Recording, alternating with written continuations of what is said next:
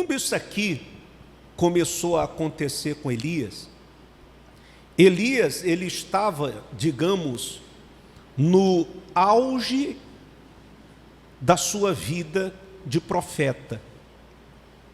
Ele tinha acabado de adquirir o respeito de uma nação.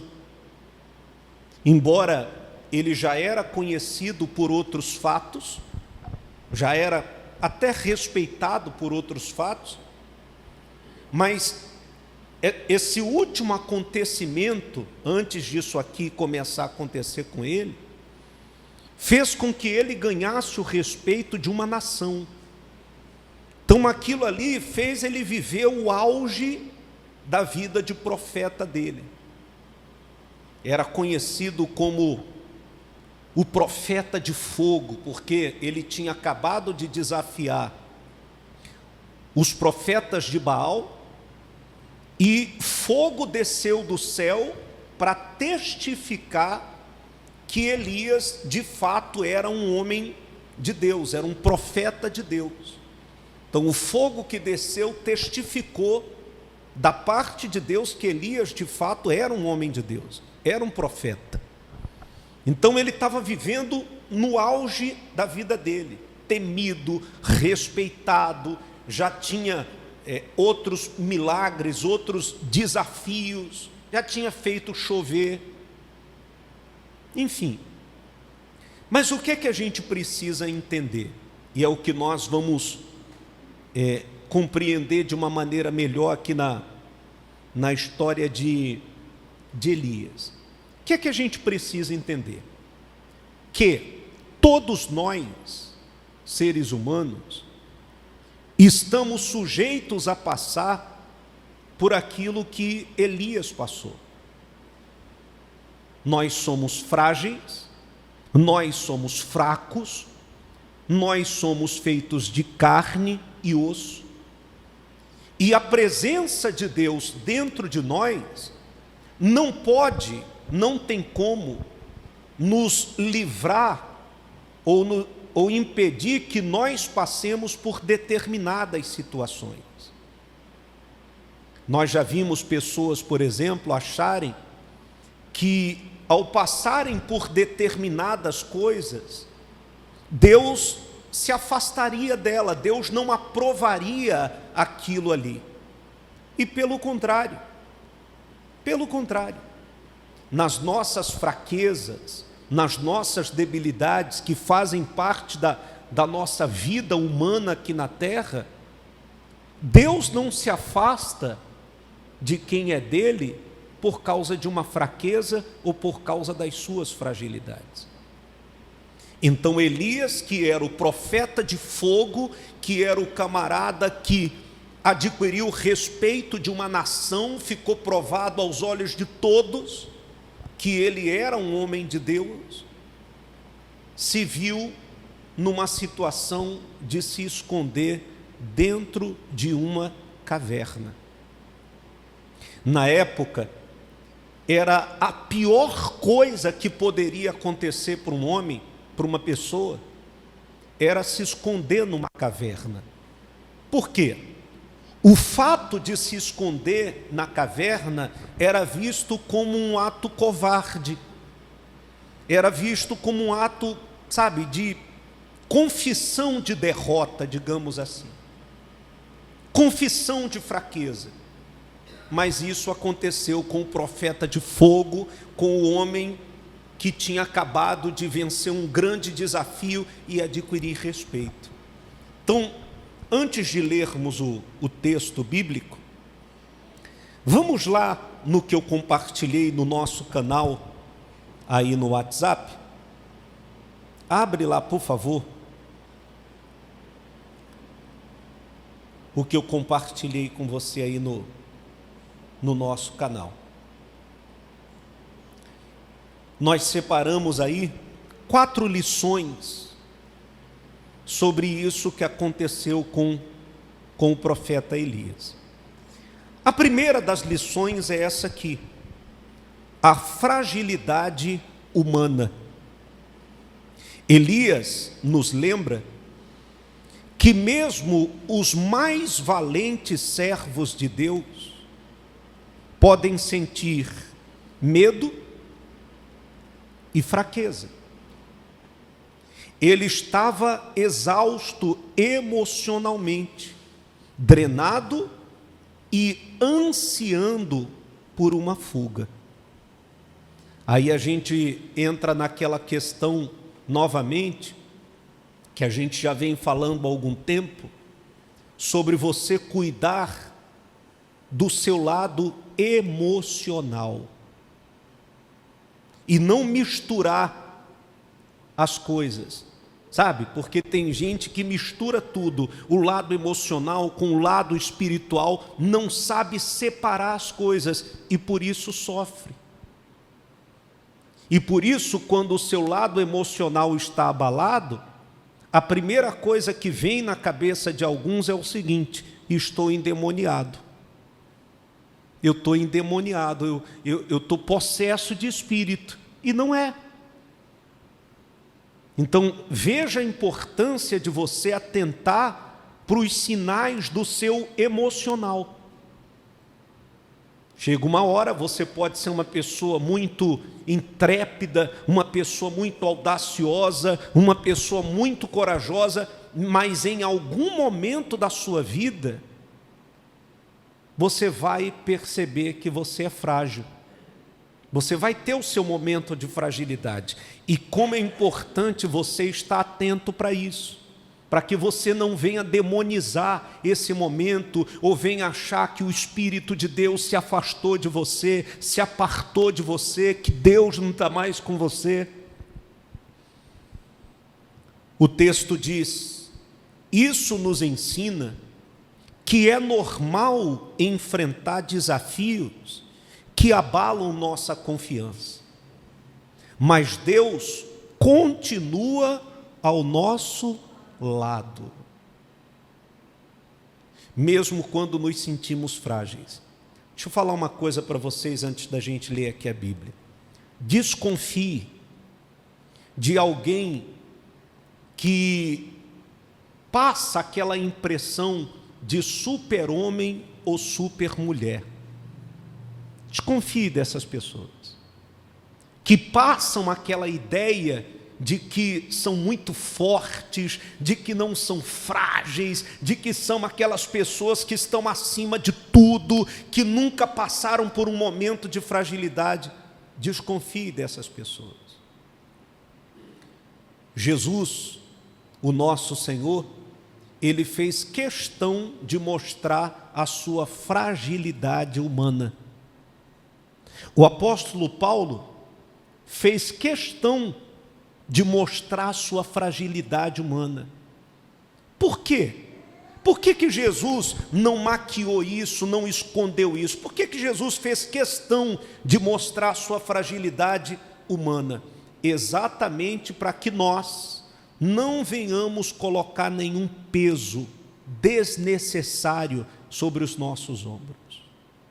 Por isso que Jesus fez questão, não escondeu a sua fragilidade humana. Então, se isso já aconteceu com você, se isso está acontecendo com você, ou se algum dia isso acontecer com você, não se sinta o pior dos seres humanos. Não demonize isso. Pelo contrário, seja maduro para entender o que se está passando com você. Então, não existe isso, eu não tenho medo de nada, eu estou sempre confiante. Quem dera que fosse sempre assim. É ou não é? Mas tem dias que a nossa confiança está abalada sim. A diferença, olhe para mim por favor, a diferença é que nós, cristãos maduros, não questionamos o caráter de Deus. Na nossa falta de confiança, a gente não fica questionando a fidelidade de Deus, o caráter de Deus, as promessas de Deus, a palavra de Deus. Mas nós temos o nosso momento em que a nossa confiança em Deus, em nós, sim, se abala sim. E isso não é nada de anormal. 1 Reis capítulo 19, versículo 4, fala sobre isso. Vamos ler aí, por favor. Vamos ler o versículo 3 e 4. 1 Reis 19, versículo 3 e 4. Assim que Elias recebeu este aviso, o aviso que ele recebeu foi a ameaça de Jezabel. Jezabel falou que ia cortar a cabeça dele fora. E assim que ele recebeu esse aviso, fugiu para salvar a própria vida. Aos olhos dos homens, com certeza foi chamado de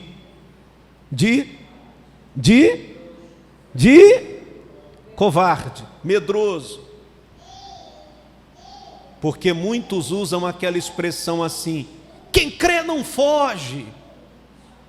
Já ouviu isso? Quem crê não foge. Mas geralmente quem faz essas declarações são os primeiros a fugirem quando o bicho pega. São os primeiros. Por isso que eu estou falando para você, desconfie de quem passa a ideia de supermulher, super-homem, o imbalável, o inabalável, o imbatível. Desconfie disso. Então diz: chegando a Berseba, que pertence a Judá, deixou ali o seu servo. Elias estava com tanta pressa que até o servo ele largou para trás. Quanto a ele, a Elias, fez pelo deserto a caminhada de um dia e foi sentar-se debaixo de um pé de giesta ou de zimbro, depende da Bíblia que você está usando, uma espécie de arbusto, e ali pedindo para si o quê? Mas Elias, o profeta de fogo, o homem que ficou provado que era de Deus, chegar a fazer uma oração e falar: Senhor, me mata. Alguém aqui já fez uma oração assim um dia? Seja sincero. Quem já orou algum dia falando: Senhor, tira a minha vida, me leva? Seja sincero. Quem já fez? Eu também já fiz. Eu também já fiz. Então pecou contra Deus fazendo uma oração dessa forma? O que é que você acha? Será que houve pecado? Não. Porque o Senhor entende a fragilidade do ser humano. Aí Elias, ali orou, pedindo para si a morte, dizendo: agora basta, ó Senhor, retira minha vida, pois não sou melhor que os meus pais. Como que pode, né? Um homem sair de um extremo ao outro, do homem que fez fogo descer do céu, para o homem que se sentou debaixo de um pé de árvore e orou ao Senhor pedindo para morrer. Isso mostra a nossa fragilidade humana. Eu sou frágil, você é frágil. Preste atenção, por favor, e não adianta bancar a fortuna, o fortão. Eu não preciso, como eu já ouvi de algumas pessoas que vieram pedir ajuda, e eu percebi que o problema dela não era só oração, palavra, jejum. Ela precisava do acompanhamento de um profissional, porque o emocional dela estava destruído. E ouvi da boca dela falar assim: eu não preciso disso, psicólogo, psiquiatra é para doido. Eu ouvi isso.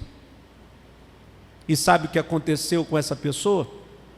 Há um ano e pouco, 2 anos atrás, ela surtou várias vezes. Um dia o marido me ligou de madrugada, o marido dela, chorando, tadinho, porque ela tinha surtado de madrugada, saído de casa igual uma louca, até que, graças a Deus, ela entendeu que o ser humano é frágil. Foi se tratar. Hoje é uma bênção. Hoje ela está uma bênção. Já era uma pessoa muito doce, uma pessoa muito educada. Hoje está uma bênção. Cuidou do espiritual, mas também cuidou do seu lado emocional. Então essa é a primeira lição que a gente aprende. A fragilidade humana. Nós somos fracos. E não há nenhuma vergonha em você confessar isso. Nós somos fracos. De onde vem a nossa força?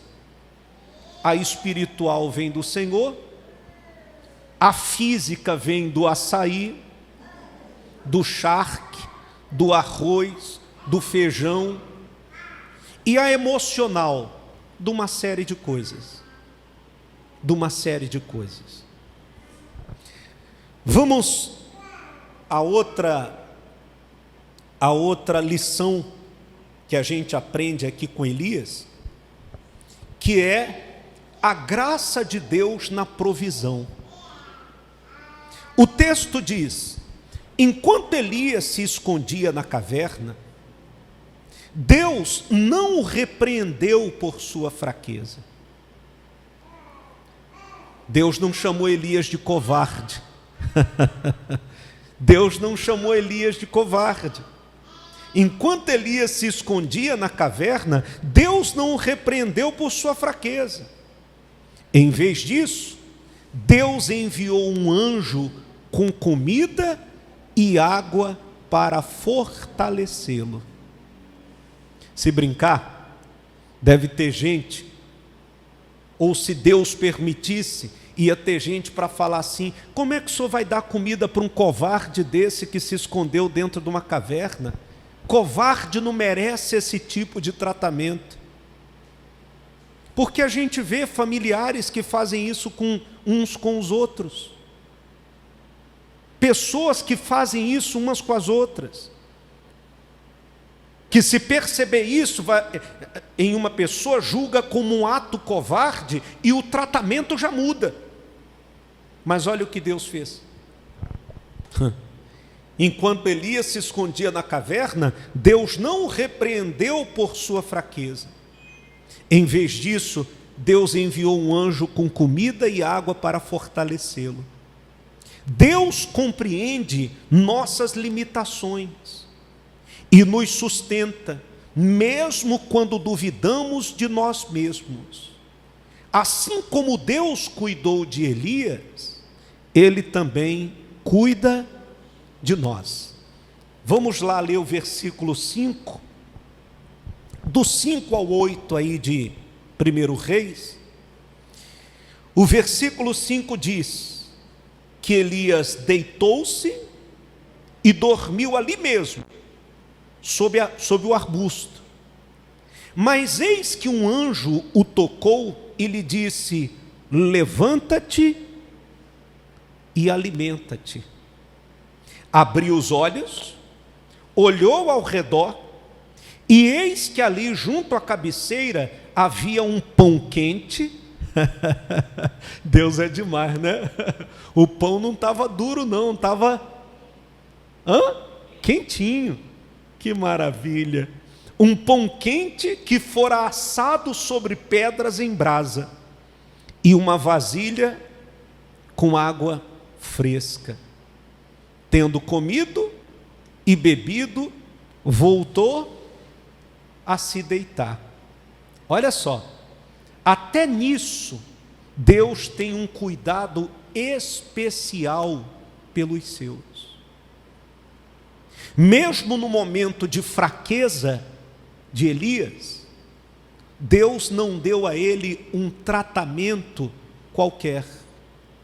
Deus deu a ele o mesmo tratamento que ele recebia quando estava no seu auge de profeta. Isso deixa bem claro, muito claro, a graça de Deus em sua provisão. Ou seja, a gente não merece, não somos dignos, mas Deus mesmo assim nos dá um tratamento como se nós fôssemos os mais perfeitos da humanidade. E a provisão do Senhor em nossas vidas é uma coisa tão gloriosa, né? Que você reconhece que não merece, não é digno, Deus não tinha a obrigação de lhe dar aquilo, de fazer aquilo, mas daqui a pouco chega a provisão dele e te alcança, e te surpreende. Cada provisão do Senhor que chega até as nossas vidas, nos alcança e nos surpreende. Cadê o versículo? 7. O anjo do Senhor veio pela segunda vez, olha a paciência de Deus. Elias comeu, bebeu e voltou a dormir. E Deus não foi lá chutar ele, o anjo não foi lá chutar, o covarde, levanta, agora você está de barriga cheia. O anjo voltou a segunda vez, tocou-lhe e lhe recomendou. Veja, não foi uma ordem, não foi uma ameaça, porque Deus não trabalha com ameaças. Deus não trabalha com ameaças. Então o anjo não veio da parte de Deus para ameaçá-lo ou condená-lo, mas o anjo veio para trazer uma recomendação, dizendo para ele: levanta-te e come, porque a viagem será muito longa. Em outras palavras, você tem que estar fortalecido, você precisa de forças, então se cuide, porque a viagem é longa, é como a vida é uma viagem longa. A gente já está aí na estrada da vida 60, alguns já estão a 80, outros já estão a 70, outros já estão a 20 e tantos, outros já estão 40 e tantos, e por aí vai. E a viagem é longa, até que a gente complete a nossa carreira. Aí no versículo 8 diz assim: então se levantou, Elias se levantou, comeu e bebeu, fortalecido com aquele alimento, viajou 40 dias e 40 noites até chegar ao Sinai, em Horebe, o monte de Deus. Quer dizer, ele comeu, se fortaleceu e não voltou a ser aquele cara, o bambambam, o profeta de fogo. Pelo contrário, comeu, se fortaleceu para caminhar mais rápido e fugir para mais longe da ameaça dele. Eu costumo dizer que a melhor escolha em determinados momentos da vida não é sair da caverna, é ficar na caverna até você se fortalecer. Mas ficar na caverna como? Ficar no teu cantinho, caladinho, dar uma sumida, até você se restaurar completamente. Uma coisa que é muito perigoso, se você não tiver com o seu emocional legal, são as redes sociais. Porque ali tem a maioria do pessoal que vai lá na tua rede social, vai para ver a sua vida. O que você comeu, o que você vestiu, onde é que você está, que foto é aquela, se você viajou, a maioria. E tem gente que é cruel, que as críticas são as piores. E se você não está com o emocional legal, isso é muito perigoso. Bom, a terceira lição que a gente aprende aqui com Elias, o sussurro suave de Deus. A passagem narra que Deus não estava no vento forte, no terremoto ou no fogo, mas em um sussurro suave. Deus estava ensinando a Elias que sua presença muitas vezes é encontrada nos momentos de calma e reflexão. Aprendemos que precisamos ouvir a atentamente a voz de Deus em meio ao caos da vida. Olha que coisa legal, né? E o versículo 11 e 12 mostra exatamente como foi que Elias conseguiu ouvir a voz de Deus. Então, nesses momentos muito difíceis da vida, a melhor coisa que você faz não é se agitar, não é ficar indo em um, indo em outro, e pergunta para um, e a opinião de outro, e você quer ouvir a voz de Deus de qualquer maneira. Nesses momentos, a melhor coisa é você se acalmar, parar, para tentar ouvir a voz de Deus de uma maneira bem sutil e suave. Não é na sua agitação que você vai conseguir ouvir a voz de Deus. É refletindo sobre a sua vida, é refletindo sobre as coisas que aconteceram, é refletindo sobre o que vem acontecendo. Isso vai te fazer ouvir a voz de Deus. Versículo 11 e o 12 diz assim: diante destas palavras, Deus disse a Elias: sai deste lugar e vai ficar diante de mim no alto do monte. Então o Senhor passou por ali e mandou um vento muito forte que fendeu os morros e partiu as rochas em pedaços. Contudo, o Senhor não estava no vento. Quando enfureceu e parou de soprar, ocorreu um forte terremoto, porém o Senhor não estava no tremor das terras. Versículo 12. Em seguida ao terremoto, caiu um fogo, mas o Senhor também não estava no fogo. E depois do fogo, veio um sussurro de brisa suave e tranquilo. Quer dizer, para um profeta que passou pelas experiências que Elias passou, o mínimo que ele esperava é que Deus estivesse numa dessas situações, numa grande manifestação de poder através do vento forte, do terremoto, e Deus estava na calmaria. Na calmaria, na tranquilidade, foi que ele conseguiu ouvir a voz de Deus. Então, reforço: se você está vivendo, ou se você vai viver um momento como esse, coloque os pés no chão, pare, repense sobre a sua vida. Não se julgue, não se culpe, não se ofenda. Pare para ouvir a voz do Senhor. A quarta e última lição que a gente aprende é a missão renovada. Deus não apenas cuidou de Elias, mas também o instruiu a continuar sua missão como profeta.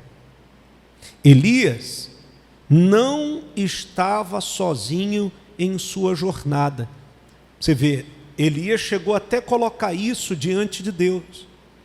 Quando questionado por que fugiu, ele chegou a colocar isso: olha, Senhor, eu fiquei sozinho. Gente, olha aqui nos meus olhos. Jesus é seu Senhor? Nós nunca ficaremos sozinhos. Reforço: nós nunca ficaremos sozinhos. Nunca. A menos que dê a doida na sua cabeça, tá? Dê uns 5 minutos em você e você diga assim: eu não quero mais igreja, Bíblia, eu vou curtir a vida, eu vou zoar agora, eu vou pintar e bordar. A menos que isso aconteça com você.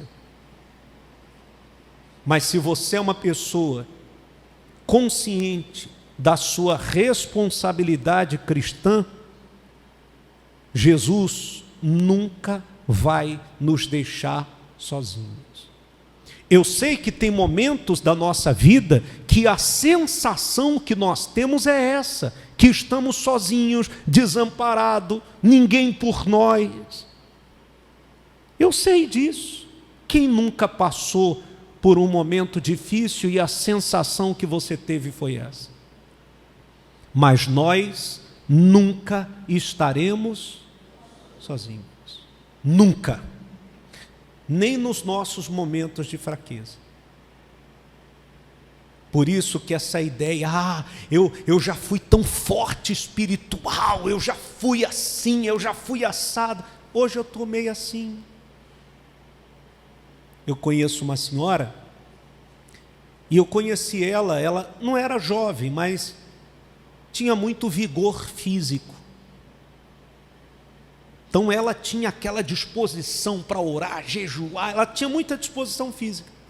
Bom, se passaram 20 e poucos anos, hoje ela já é uma idosa.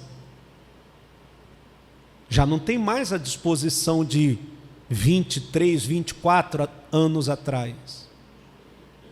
Você tem a mesma disposição de 20 anos atrás? Você tem? Você vê a gente hoje, qualquer coisinha, a gente já cansa, não é assim?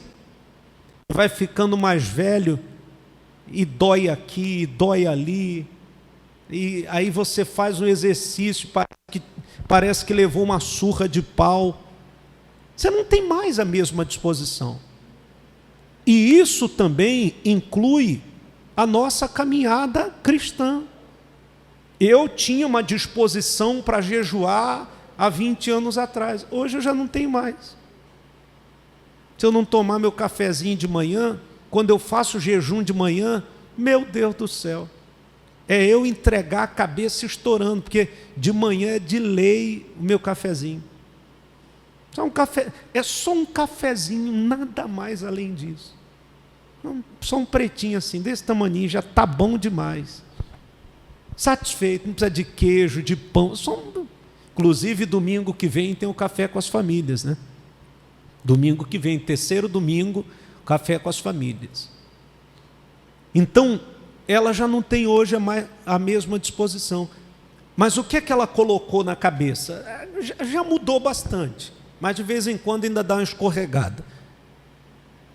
Ela colocou na cabeça que o fato de não ter a mesma disposição de fazer o que ela fazia, inclusive espiritualmente no passado, ela colocou na cabeça que, eu estou desagradando a Deus, eu não estou fazendo a vontade de Deus, lá atrás eu jejuava, eu orava assim, eu fazia isso, hoje eu já não consigo fazer, eu estou me sentindo fraca espiritualmente.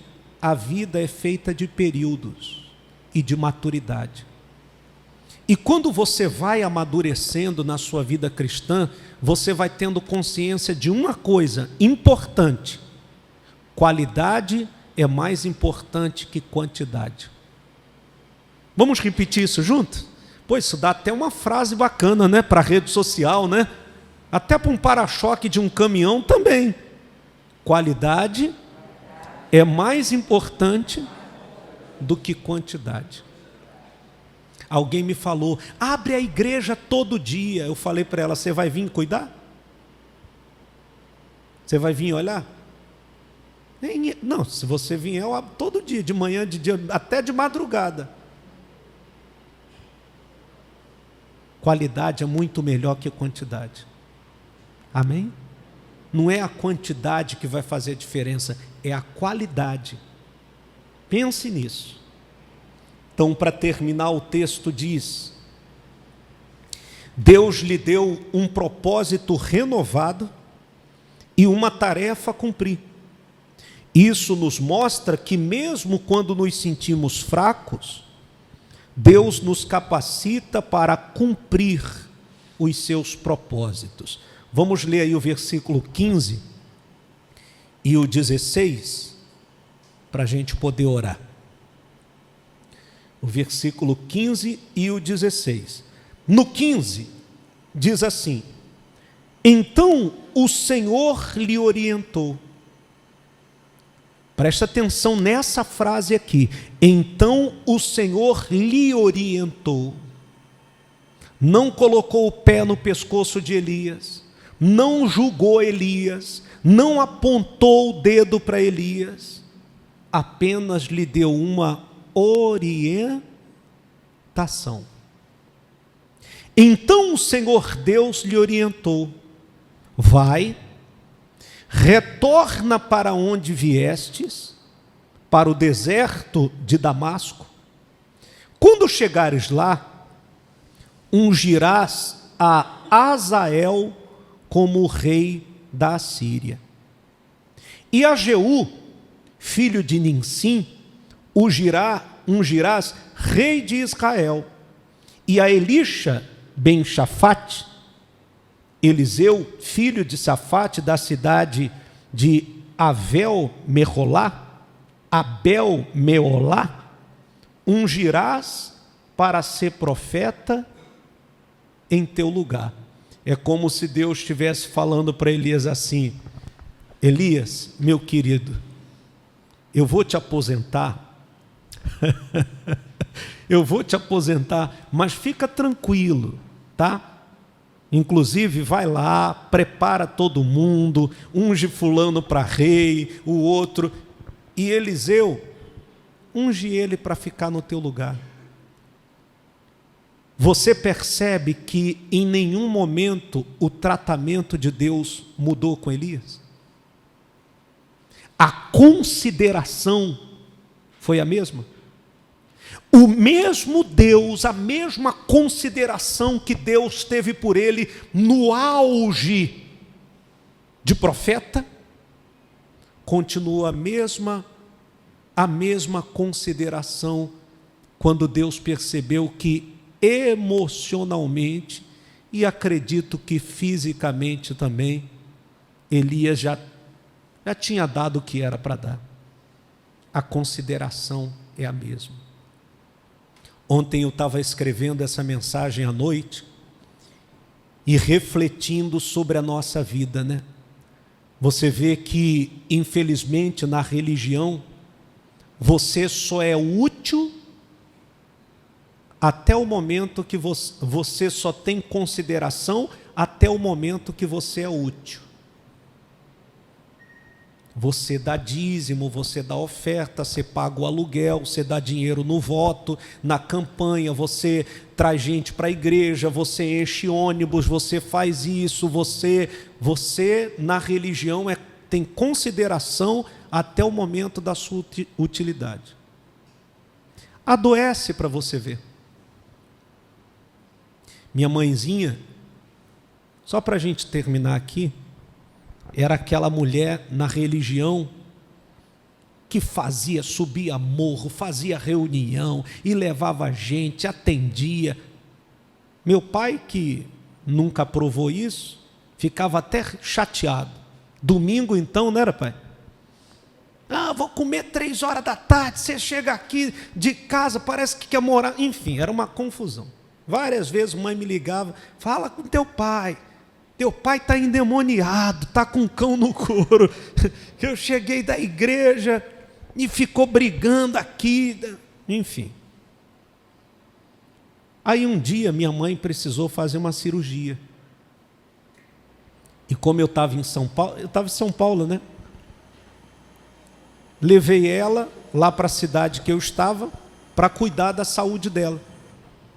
E ela precisou ficar muito tempo afastada das funções dela.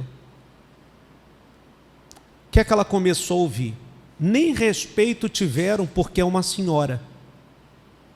E a Bíblia nos ensina a respeitar os anciãos.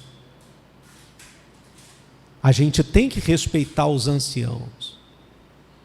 E começou a ouvir um monte de coisa. Está vendo? Não está na fé. Largou Jesus. Mas a pessoa está se tratando. Então você só é útil, ou você só tem consideração enquanto você está sendo útil. O homem é assim, a religião é assim. Enquanto você estiver produzindo, Ah, mas nas empresas é assim. Beleza, empresa. Empresa é uma coisa. Mas Deus não. Talvez hoje você, na sua visão, você não esteja sendo tão útil para Deus. Na sua visão, você não esteja sendo tão útil para Deus como você gostaria, ou como você já foi um dia. Mas eu lhe digo que a consideração de Deus por nós vai ser sempre a mesma. O Jamison, que um dia pregou para 25 mil pessoas, 15 mil pessoas, era endeusado. Quando falava assim, olha, o Jamison está voltando para o Pará, mandavam fazer faixa, ia buscar no aeroporto, eu comia de graça, dormia de graça. Aí hoje quem vê, poxa, ele não tem a mesma utilidade de hoje, de antigamente, na visão humana, mas o tratamento de Deus comigo continua o mesmo. O mesmo James que fazia 10 cultos por semana, recebe o mesmo tratamento do James que faz 4 ou 5 por semana. Não mudou nada. A consideração de Deus é a mesma. Deu para entender? Não é glorioso isso? Então, olha que lições importantes nós aprendemos hoje. Espero que assim como essas mensagens me abençoam, espero que elas te abençoem também. Amém?